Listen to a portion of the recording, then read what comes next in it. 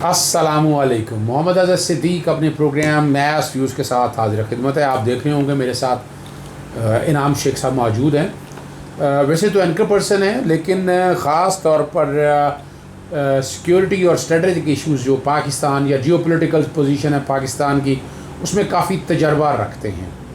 हमने आज ख़ास तौर पर दावत दी है उनको इन इश्यूज़ पे तफसीली गुफ्तगू करने के लिए। सबसे पहला जो हम दो इश्यूज़ पे गुफ्तगू करेंगे, दो हिस्सों में आएगी। एक प्रोग्राम हम करेंगे अफ़गानिस्तान के और एक हम कश्मीर के कॉन्टेक्स्ट में प्रोग्राम। अभी सबसे पहले हम जो अभी आप जो सुन रहे हैं अफ़गानिस्तान के अंदर हालात क्या हैं, अमेरिका दुम दबा के भाग गया है या क्या हालात हैं, या आने वाले दौर में क्या होने वाला है और तालिबान का क्या रोल हो सकता है, उस हवाले से गुफ्तगू करते हैं। जी इनाम शेख साहब, आप क्या कहते हैं पाकिस्तान में अब जो हालात इस वक्त चल रहे हैं, सॉरी अफ़गानिस्तान में जो हालात चल रहे हैं और जो यहाँ तक पहुँचे हैं, क्या रीज़न्स हैं, क्या वजूहात हैं, आगे हो क्या रहा? बिस्मिल्लाहिर्रहमानिर्रहीम। बहुत शुक्रिया अज़हर भाई, आपने मुझे ज़हमत दी, आपने अपने प्रोग्राम के अंदर मुझे मौका दिया कि मैं गुफ्तगू कर सकूँ इतने इंपॉर्टेंट पॉइंट के ऊपर, क्योंकि ये फ़ॉरेन पॉलिसी का मैटर है। तो हमारे फ़ॉरेन ऑफिस ने इसके ऊपर एक स्टांस लिया हुआ है। आपने देखा होगा अमेरिका खामोशी से निकल गया और भारत के जितने बड़े स्टेट्स थे, भारत को ये मौका भी नहीं दिया कि वो अपने स्टेट्स को कहीं पर किसी भी तरीके से संभाल पाए। भारत की ज़ाहिर है इस हालत के अंदर वो आपको भी और मुझे भी समझ आती है कि भारत क्यों परेशान है, क्या नज़र आ रहा है। दूसरी तरफ आप ये देखिए कि तालिबान दिन ब दिन बढ़ते चले जा रहे हैं, पेशकदमी करते चले जा रहे हैं, जबकि तालिबान की टोटल स्ट्रेंथ 85,000 है फाइटर्स की। सिर्फ 85,000 तालिबान है जिन्होंने पूरे अफगानिस्तान को और पूरी दुनिया को मुसीबत डाली हुई है। इनके मुकाबले में 3.5 लाख अफगान फोर्सेज हैं, जिसके अंदर उनकी फ़ौज भी शामिल है, एयरफोर्स भी शामिल है, पुलिस भी शामिल है, लॉ इन्फोर्समेंट एजेंसीज भी शामिल है। अभी आप जो देखते हैं जो छोटे छोटे कस्बे और गांव वो फतह करते चले जा रहे हैं, उनमें क्योंकि उनको रेजिस्टेंस नहीं मिल रही, तो इसलिए आप देख रहे हैं कि वो जल्दी जल्दी फतह कर रहे हैं। अब जबकि वो काबुल के करीब आ रहे हैं, तो अब आप देखेंगे एक किस्म की थोड़ी सी लड़ाई में शिद्दत आ जाएगी, क्योंकि दोनों तरफ से मुकाबला होगा।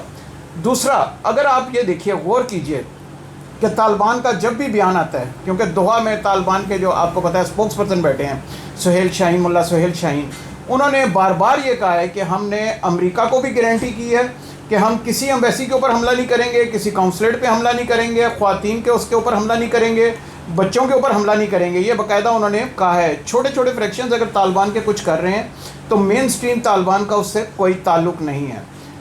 पाकिस्तान के यहाँ हमारी फ़ॉरेन पॉलिसी थोड़ी सी बड़ी क्लियर है। हमारी फ़ॉरेन पॉलिसी ये है कि हम तालिबान के साथ अभी नहीं हैं।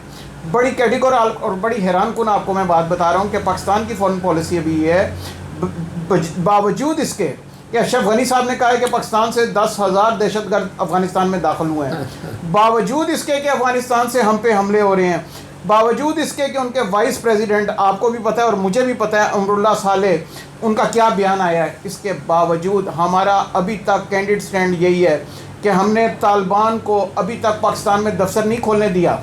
आप मेरे से ज़्यादा जानते हैं अज़हर भाई कि पिछली दफ़ा 96 या 97 में जब तालिबान हुकूमत आई थी, पाकिस्तान, यूएई और सऊदीया ने, तीनों मुल्कों ने इसको एक्नॉलेज किया था, दुनिया में कोई एक्नॉलेज नहीं करता था। आज पाकिस्तान ने उनको अभी तक अपना दफ्तर खोलने की इजाज़त नहीं दी। हालांकि ये वही तालिबान है जिनको स्टेक होल्डर के तौर पे अमेरिका ने लिया और अमेरिका ने दोहा में उनसे मुज़ाकरात किए और मुज़ाकरात करने के बाद निकल गए।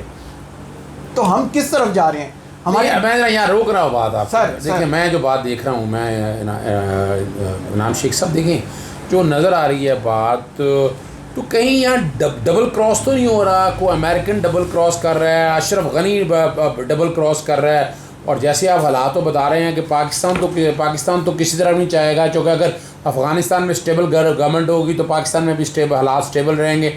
वरना हम पहले ही भुगत रहे हैं कि इतने ज़्यादा अफ़गानी हमने यहाँ बुलाकर पहले हम भुगत रहे हैं और अभी तक हम फेस कर रहे हैं उन हालात में।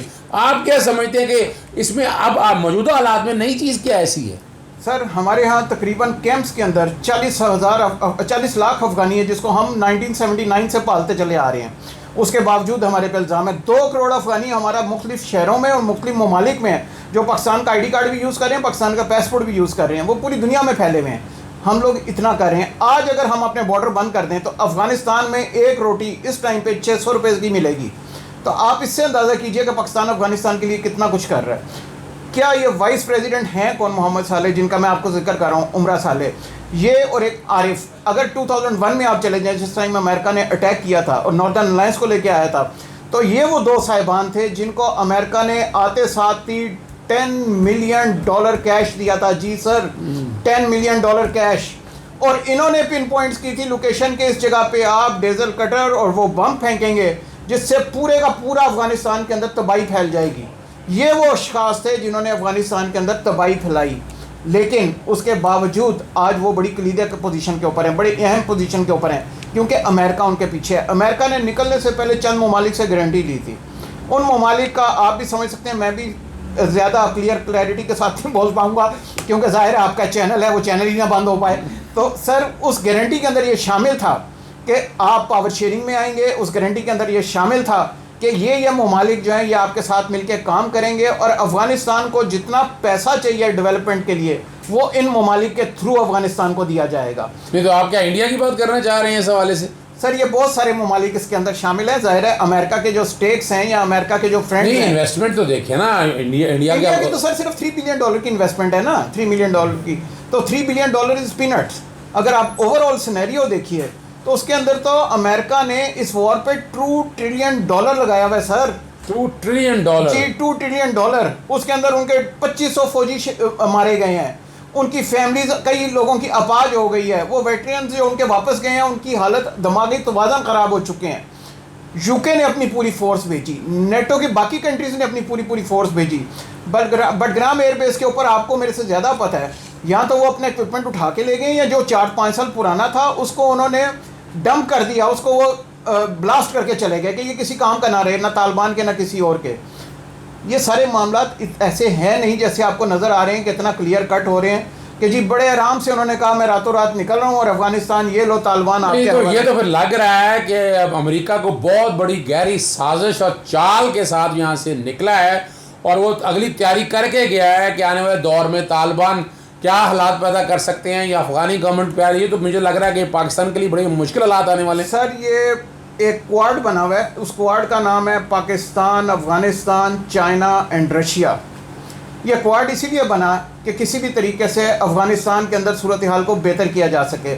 आपने देखा है रशिया ने अपने तमाम टैंक्स उनकी एक्सरसाइजेस की हैं लाके अफगानिस्तान के बॉर्डर के साथ। बिल्कुल की है। लेकिन सर आपको ये मालूम है कि उसको ये इतनी बेवकूफ़ी रशिया कर रहा है कि उसको किसने ड्रैग किया इसके अंदर। रशिया को ये समझ ही नहीं आ रही कि अमेरिका की ये क्या चाल है और वो किस तरफ को जा रहा है, जबकि चाइना इसके ऊपर आप देखिए चाइना बड़ा उसको कॉन्शियसली ऑब्जर्व कर रहा है। नहीं लेकिन मैं एक बात बताऊँ ना, देखिए मैं इसकी एक वजह ये भी है नाम शेख साहब, मैं समझ रहा हूँ चाइना की, मैं समझता हूँ इंटेलिजेंस एजेंसीज जो है ना उनकी बहुत आगे हैं। वो चाइना अपने तय काम करते हैं और रशिया एक दौर में था कि उसका इंटेलिजेंस नेटवर्क बहुत कमाल का था। मैं जो समझ पाया हूँ कि या वो जैसे अमेरिकन प्लानिंग चलती है, रशिया शायद उस तरह की प्लानिंग नहीं कर पाया, चाइना पूरी प्लानिंग के साथ चल रहा है। सर बिल्कुल ऐसा ही है, चाइना बिल्कुल प्लानिंग के साथ चल रहा है और चाइना ने इसके ऊपर कोई एग्रेशन नहीं दिखाया।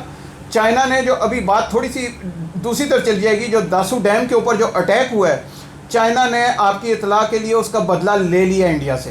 चाइना ने लद्दाख के ऊपर एक जगह है चाइना की गोलान वैली, चाइना ने कल उसके ऊपर कब्जा कर लिया और कल उन्होंने उधर सेलिब्रेशन किया है, इंडियन आर्मी को उधर से निकाल दिया। ये मैं आपको ब्रेकिंग न्यूज़ दे रहा हूँ। ये तो वाकई बड़ी जबरदस्त खबर है। इसका मतलब है दासू वाला काम जितना था, जो मैं भी कह रहा था, आप भी इस बात की तस्दीक कर रहे हैं कि वो इंडियन रॉ कराने वाले जी, वो रॉ का था और चाइना ने उसका बदला ले लिया गोलान वैली के अंदर।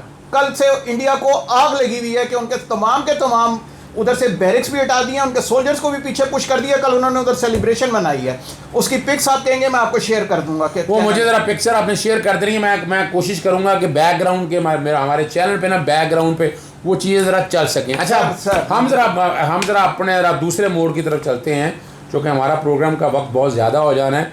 आपको इस बात में गुफ्तगू करना चाहते हैं, पहले वो कर ले, फिर मैं आखिरी सवाल रखता हूँ। नहीं सर, मैं तो बस यही बताना चाहता हूँ कि हमारे फॉरेन ऑफिस और बहुत सारे मामलात ऐसे हैं जो कि अवाम की रहनुमाई के लिए हम पता नहीं है ना, यानी लोगों का कन्फ्यूजन बहुत है, हम क्लियर नहीं कर पा रहे।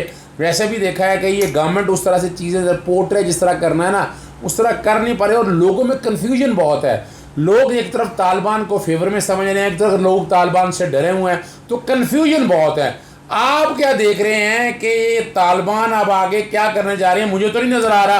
पाकिस्तान तो मेरा नहीं ख्याल है इन तालिबान की सपोर्ट कर रहा होगा, ना पाकिस्तानी फौज सपोर्ट कर रही होगी, ये हालात जितने भी चल रहे हैं, तो ये तो बज़ाहिर यही लग रहा है कि शायद हम अमेरिकन एजेंडा और अपना हम जो खुशियाँ मनाए फिर रहे हैं कि इंडिया पीछे हट गई, ये तो कहीं इंडियन चाल भी पीछे ना हो। सर ये बिल्कुल 100% अमेरिकन चाल है।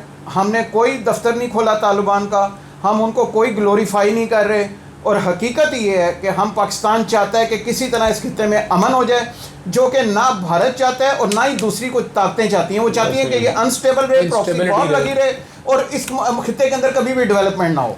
आपने बहुत ज़बरदस्त बात, ये नाजरीन देखें, मैंने इसीलिए इमरान शेख साहब को दावत दी थी कि ये आप तक असल हक़ाइक़ आ सके। कुछ बहुत कन्फ्यूजन है, ना हमारे सोशल मीडिया के ऊपर, ना हमारे मेन मीडिया स्ट्रीम के ऊपर ये बातें सही और सच्चाई की तरफ, हक़ाइक़ की तरफ नहीं बयान की जा रही। तो ये हक़ाइक़ चंद, ये नुक्ता नज़र है अपना, इमरान शेख साहब का नुक्ता नज़र है। मैं किसी हद तक इतफ़ाक़ करता हूँ या नहीं करता हूँ, एक अलग इशू है, लेकिन हक़ाइक़ आपके सामने रख रहे हैं, तस्वीर का वो रुख सामने रखना है कि ये जो अगली आप इस गाँव में, अमेरिका इतनी आसानी से नहीं निकला यहाँ से।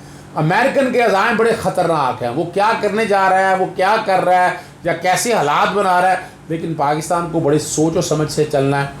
जो ब्लॉक जो है ख़ास तौर पर, जैसे रशिया का जिक्र है, पाकिस्तान का जिक्र है, ईरान का जिक्र है और चाइना का जिक्र है, इन सब ने वो चीज़ें सारी सोच के रखी हुई हैं। चाइना ने दासू डैम के हवाले से जो बताया कि वो बाकायदा गोलन के इलाके में कब्ज़ा करके चाइना ने तो फ़ौरन अपना बदला ले लिया, और जो खुशियाँ मनाना चाह रहे थे कि जनाब चाइना सी पैक छोड़ के भाग जाएगा, चाइना ने साबित कर दिया सी पैक तो वो करेगा, लेकिन साथ साथ उन दुश्मनों से भी निपटेगा। इजाज़त चाहेंगे आपको, फीडबैक या इंतज़ार रहेगा, आप कमेंट्स कीजिएगा, सवाल जवाब पूछिएगा, कोशिश करें सारे सवाल जवाब का आपको जवाब दे सकें। इजाज़त दीजिएगा, अस्सलामु अलैकुम, अल्लाह हाफ़िज़, पाकिस्तान जिंदाबाद।